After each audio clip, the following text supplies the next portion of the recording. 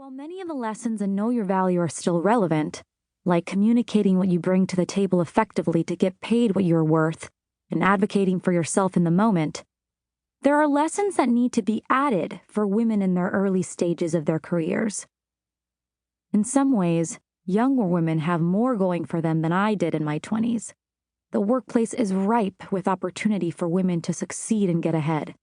They are entering male-dominated fields in greater numbers than ever before, although some fields show greater progress than others. Yet young women still face a familiar set of challenges.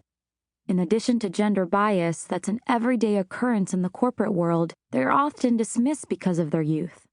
Millennial women in particular get a bad rep, accused of being part of a generation that is distracted, entitled, and lazy. They're encouraged to present themselves as self-assured and ambitious, but not overly aggressive, which would make them less likable, and God forbid a woman is labeled as difficult. These are contradictory messages for women who are entering the workplace and don't understand the office environment. And then there are our own tendencies as women to overthink situations and take things personally. An incident involving my former assistant brought the stereotype into sharp focus for me. Sitting in my office during a half-hour break from co-hosting Morning Joe, I scarfed down some oatmeal and fruit before getting ready for a short interview. Even eating is a scheduled part of my morning. That particular day was otherwise swamped with meetings, conference calls, and evening events. Andre Leon Talley, the well-known fashion editor, had graciously agreed to stop by my office early that morning for a recorded interview to be used in my 2015 book, Grow Your Value. A friend and frequent contributor to my Know Your Value conferences and books, Andre always offers honest advice on how to get ahead in the workplace. Emily, my then assistant, was assigned to coordinate the interview with Andre and to assist me at my scheduled events for the rest of the day.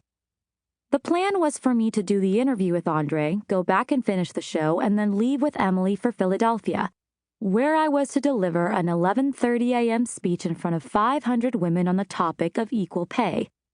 The timing was tight, as usual. We all had to keep moving and make it work.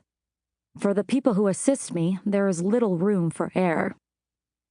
I lean heavily on efficient assistants like Emily to help keep the details of my life and work on track. In our early days together, she worked primarily out of my home office, a much more relaxed and casual setup than the Morning Joe offices in Manhattan. I'm usually in sweats at home, so I suggested to Emily that she should feel free to dress casually. I had also forewarned her that the culture at the Rockefeller Center office would be different. On the days we were in the city, she'd have to look professional. But I left it up to Emily to figure out that balance between professionalism and comfort. I didn't think to give her clear guidelines. The Andre Leon Talley interview took place during one of her first work days at 30 Rock. He arrived in my office that day draped in a gorgeous maroon cape with Emily in tow. As we sat down, I saw Andre's brow furrow. He looked uncomfortable. He was watching Emily as she zipped from one side of the room to the other, setting up the interview. I could tell something about my assistant didn't sit well with him. Emily had come in on a pair of 4-inch heels I had given her a long time ago. Heels I decided were ridiculously high on me, but might be fun for a young person to wear on a night out, or even on a date. That day she wore them in the office, along with a flashy dress. Her hair, usually up in a ponytail, was blown out to full volume. The interview room was very small. I realized that Emily, with her perfume, her hair, her high heels, and her movements, seemed to take up the whole room. She kept interrupting us inadvertently by moving animatedly across the room, wearing a smile from ear to ear, her heels clicking from one side to the other. Once or twice she reached in between Andre and me. She didn't have much sense of personal space. I finally told her Andre and I could do the interview alone. She had set herself up right beside us, as if the meeting were between the three of us. I'm sure she thought by staying in the room she was being helpful. But when you're working as an assistant and a high-level person comes in, less is more.